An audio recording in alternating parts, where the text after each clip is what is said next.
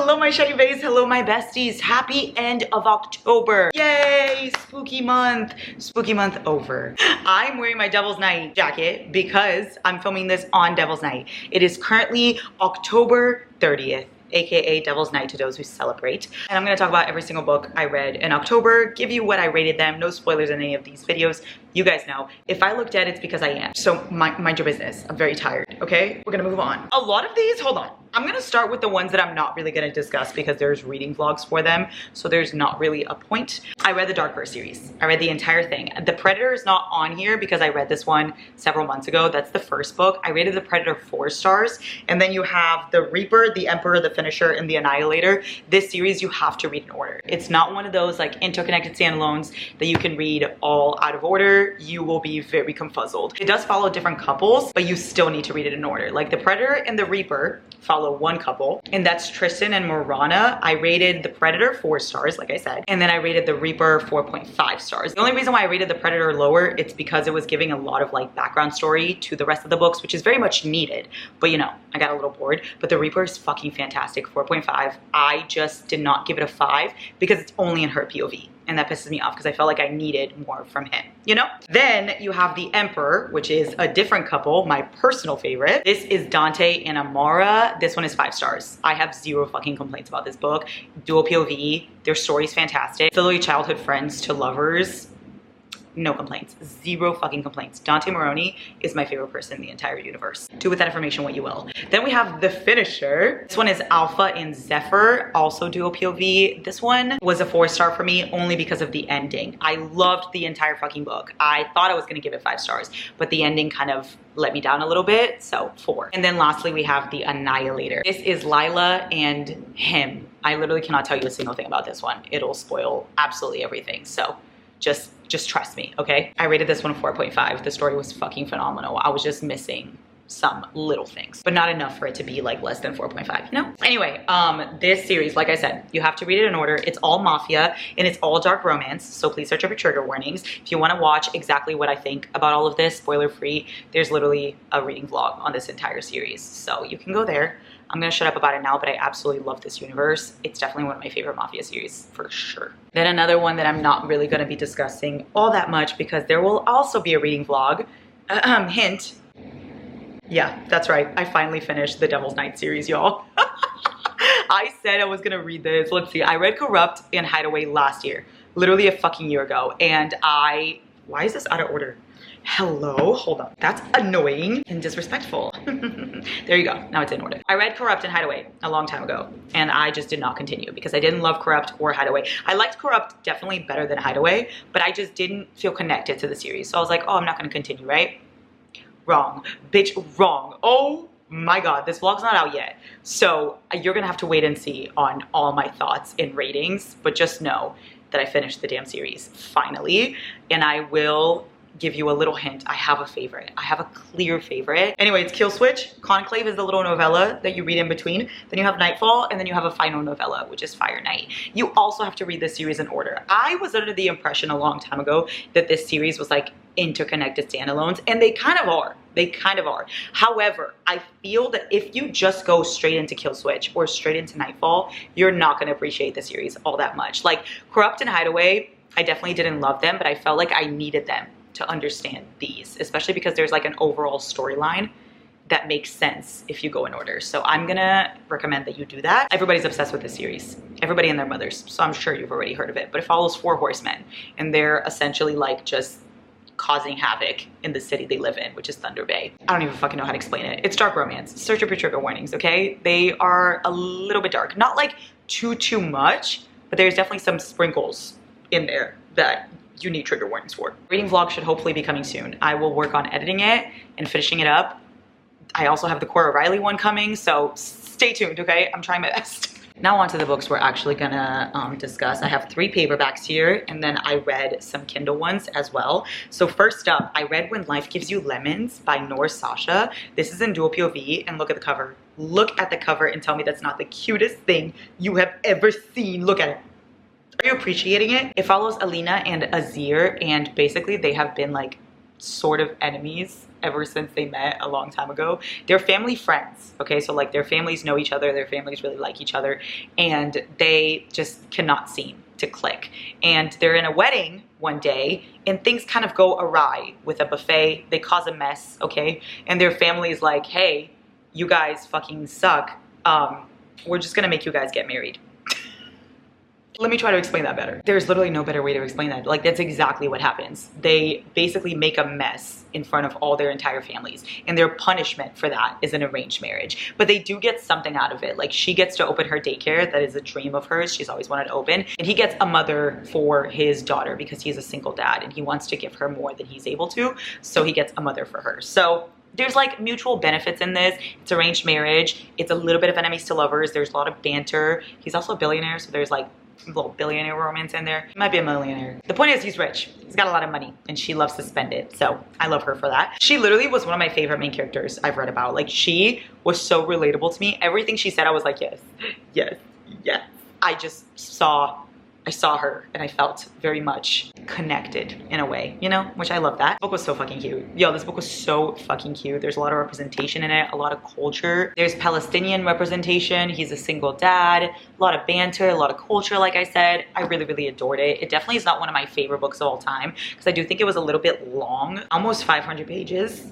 Jesus, pages. And I was kind of done by the time I got to the end. I was like, okay, hurry this up, you know? But that's just my attention span. It has nothing to do with the book, you know? The book is fantastic. So 3.75, I really, really loved it. I highly recommend you all go read this one. If you need a fluffy, fun, funny romance, I think this could be a great one. This book needs to be talked about more. So start chatting it up. Come on, start talking about it. I give you full permission. Jesus, I can't speak. Help. I warned you at the beginning of this video I was unwell. So if you're still here, that's on you. That's on you. 3.75. Yes, so cute. Then I read Wildfire by Hannah Grace. I got this arc so long ago, and for some reason I was waiting until closer to release date to be able to read it so that I can talk about it, because when I love a book, I want to scream about it like through the fucking rooftops, and obviously I can't if it hasn't come out yet. So I was waiting, and then I read it, and I haven't screamed about it. Let me explain why. I didn't really like it. I didn't hate it, let me tell you. So it follows Russ and Aurora. It's dual POV, and you met them in Icebreaker. Well, you met him in Icebreaker. Russ is like the, what's his name? He's Cupcake? Is that his nickname? Pudding? What's his nickname? Muffin? It's Muffin. I remember Stassi kept calling him Muffin, and he showed up very little in Icebreaker. I don't remember meeting Aurora though. But this is very much a standalone. You don't have to read Icebreaker to read this one. You actually might like this one better than Icebreaker. I personally don't though. Basically, they have a one-night stand in a party one night, and then they don't speak again. They're like, okay, bye-bye, peace out. You know, they're both in the same college. But then it turns out they are both camp counselors in the same camp for the summer. So they have to see each other again. That is pretty much it. I loved the setting of this book. I loved the idea. I loved summer camp. It was giving like Camp Rock meets Parent Trap. Like, that's what I was picturing, that kind of summer camp vibe with the counselors and stuff. I was picturing that kind of energy. I liked that, liked the aesthetic, liked the vibe, the setting, but I just didn't love the plot, to be honest. Like, it just gave me nothing. That's the best way I can explain it. I liked Russ a lot. He was very sweet. He was great. I liked Aurora, and they both like, I felt like they had a deep connection. They had a lot of things that they went through that was kind of similar, and they could connect to each other in that way, but they also had the physical connection as well. So they didn't lack anything. It was more so the plot that I wasn't very much interested in. And when I'm not interested in the plot and not that invested in the characters, I'm just, at that point, I mentally check out, which I feel like is what happened to me with this book. It was very funny. I liked to see the entire friend group again. Like, I saw Henry, my fave, can't wait for his book. But that's about all it gave me. So 3.5, that's not a bad rating at all. Like, by any means, 3 stars is not bad for me. It's more so that the book gave nothing.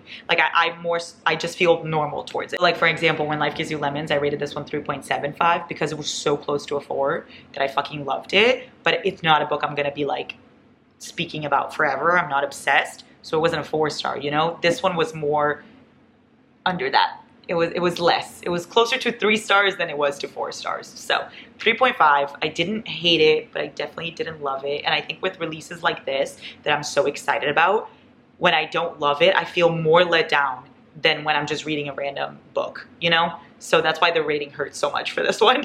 But I did like it. I just didn't love it. So 3.5. Then another one of my most anticipated releases was Caught Up by Liz Tomford. Oh, look at this cover.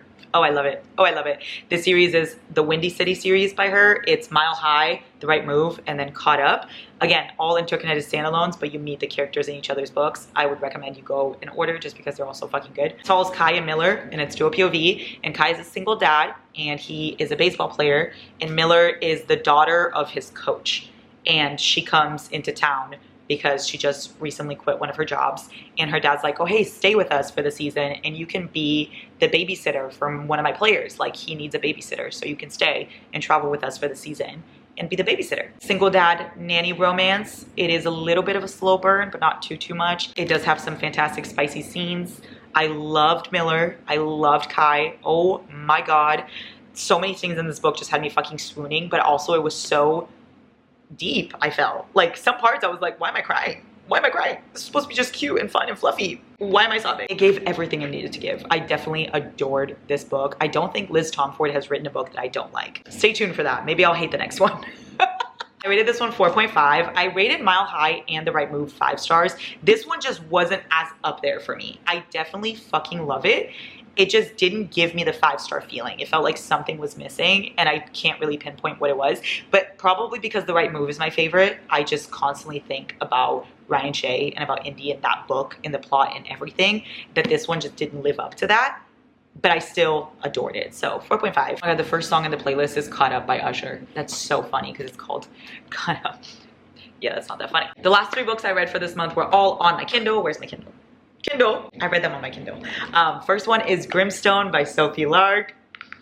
Another arc that I read this month, but it's already out, so you can go read it. This follows Remy and Dane, and this is definitely a spooky mystery, dark romance, Halloween kind of vibe. So if you want to read this on Halloween, is this posted after Halloween? If it is, this is so awkward for me. It probably is, isn't it? Oh, sorry, you can't read it on Halloween anymore because you missed it. Try again next year. But if you want to read it on a random night in November, you do you. I'm not gonna stop you. It's spooky, mystery, a little bit creepy, but also spicy romance. Sophie does no wrong in my personal opinion. What's up with this light right here? Like, it's pissing me off. What do we do? What do we do about that? Did I fix it?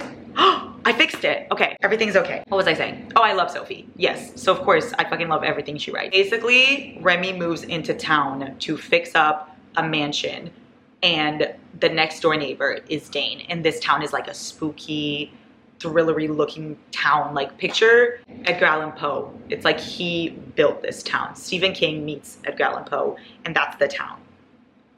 You get where I'm going with this? Yeah, no, that's pretty much it. It's a neighbor romance. It's spicy. It's mystery. Some parts of it I was a little bit like, oh, that's creepy. And I love thrillers, so I really enjoyed that aspect of it. I don't know how you'll feel if you don't like thrillers. There was definitely some parts that I was like, whoa. Okay. I rated this one 4 stars. It wasn't my absolute favorite. I think Brutal Prince in like the Sinners duet is still so up there for me in Sophie books that I haven't found something that made me feel that same way, but I still really liked this one. Some parts of it I was like, why? Like, there was a scene, what was it? She was like doing something and he was attracted to it, and it was like a really weird thing she was doing. What was she doing? Oh my God, she was just peeing. She was peeing. It's not weird, but still, why are you like, oh, that's hot? Sir, are you a dog? What is wrong with you? So some parts I was like, girl, be so fucking for real. I don't like that. But most of the book was good, so I ignored those little parts, you know? 4 stars. I really enjoyed this one. Very fun, quick read. I think you can definitely read this in one sitting if you want. And I'm pretty sure Sophie's gonna be doing more books in this same universe every Halloween. So that's fun. I love that. Like, what a fantastic idea. I love you. 4 stars. Search up trigger warnings because it is a dark romance. Then I read Hopeless by LZ Silver. This is definitely my most anticipated read for October. This is Beau's book. So if you've read the Chestnut Spring series by LZ Silver that I've been fucking talking about forever at this point, I'm so sorry I'm going to talk about it again. I promise I'll shut up. But that series is like cowboy, small town romances. You have Flawless, Heartless, Powerless, Reckless, and then Hopeless. Lots of lists. Less. This is Beau and Bailey's story. It's dual POV, and he was the brother I was expecting the most. Like, ever since Flawless came out, I was like, oh my God, I love Beau. I want Beau's book so bad. And he is like ex-military, and she's a bartender, and they live in the same small town. He's like the golden boy of the small town. Everybody loves him. He's the hero to everyone. And she is the one that everybody hates because of her family. Her family has a history that people are not a fan of. So they kind of just judge her immediately. So you're gonna laugh, but one day Bo and Bailey are like talking and she's like, oh, everybody loves you because of your last name and everybody hates me because of mine. And he's like, oh my God, I have the perfect idea. Like, let's get engaged and then people will love you and you can see if your last name changes, if they'll like you. Because he doesn't believe her. He doesn't believe that like the town treats her differently just because of her last name. So he's like, let's make a little bet, you know? So it starts off as a bet. It's a fake engagement, small town. It's definitely trauma bonding a little bit as well because he has a lot that he's going through and so does she in a way. Yeah, I didn't love this book. Oh, I'm so sorry. Oh, I'm so sorry. Just saying that makes me sad. Like on Goodreads, I even didn't give it a rating because I physically couldn't. I physically couldn't put 3 stars for this book because I love the Chestnut Spring series. You guys know it's one of my favorites. So this book letting me down makes me so sad. But I rated it 3.75. It's not like I hated it. Like I said, I also gave When Life Gives You Lemons 3.75. But that to me is different because that's the first book I picked up by that author. I wasn't expecting anything and it was good and it was fun and I moved on. But when this book, I was looking forward to it for literally feels like years. It's only been months, but it feels like years. And I was so excited for it. The fact that it let me down makes me very upset. So the rating hurts a little bit more. You know, I take it personally, but I didn't love it. I don't know what it was. Bo was so boring to me. Like I thought he was gonna give more than he did and he didn't. I love Bailey though. She was great, but at the same time, she kind of annoyed me a lot of moments as well. I didn't care for them together. I didn't really like the plot because I felt like fake engaged, you need to have a good reason. And I feel like the bet was such a silly reason that I wasn't a fan. And I think because I love Flawless, Heartless, and Reckless so much, this one just didn't. You know, I like Powerless a lot too, but I think Powerless is definitely not as good as the rest to me. So this series so far well, it's done. The series is done, y'all. You can read it all, by the way. They're all interconnected standalones, all in a small town. They follow a family. My favorite is definitely Flawless. I don't know what it is about Flawless, but I fucking love it. And then Heartless. Adore that one. That one's amazing. And then Reckless, and then Powerless, and lastly, Hopeless. So that's my spiel. I'm gonna shut up about it now because I'm so sad that I didn't love it. But 3.75. Let's move on. No, because this lighting is so disrespectful to me as a person. Anyway, the last book I read this month was Love Redesigned by Lauren Asher. I also had the arc for this one sitting on my Kindle for so long, and I did the same thing as I did with Wildfire. I wanted to wait until it was closer to coming out so that I could talk to you guys about it and you actually be able to fucking read it, you know? Because I don't want to talk to you about a book and then be like, oh, but it's not out yet. Sorry, you gotta wait 6 months. Like the fuck? That's so rude of me, you know? So this one is coming out soon. It's by the time this is posted, there's probably like only 2 days for it to come out, or even less, or probably a little bit more. I don't know. November 7th, Love Redesigned comes out. This is Lauren's new series, Lakefront Billionaires. If you guys have read the Dreamland series, Final Offer is set in Lake Wisteria, and this is where this town, this is the town that these books are in. Anyway, Love Redesigned. It follows Julian and Dahlia, and it is a childhood nemesis, rivals to lovers. They've known each other their entire lives because their families are so close, but they absolutely hate each other.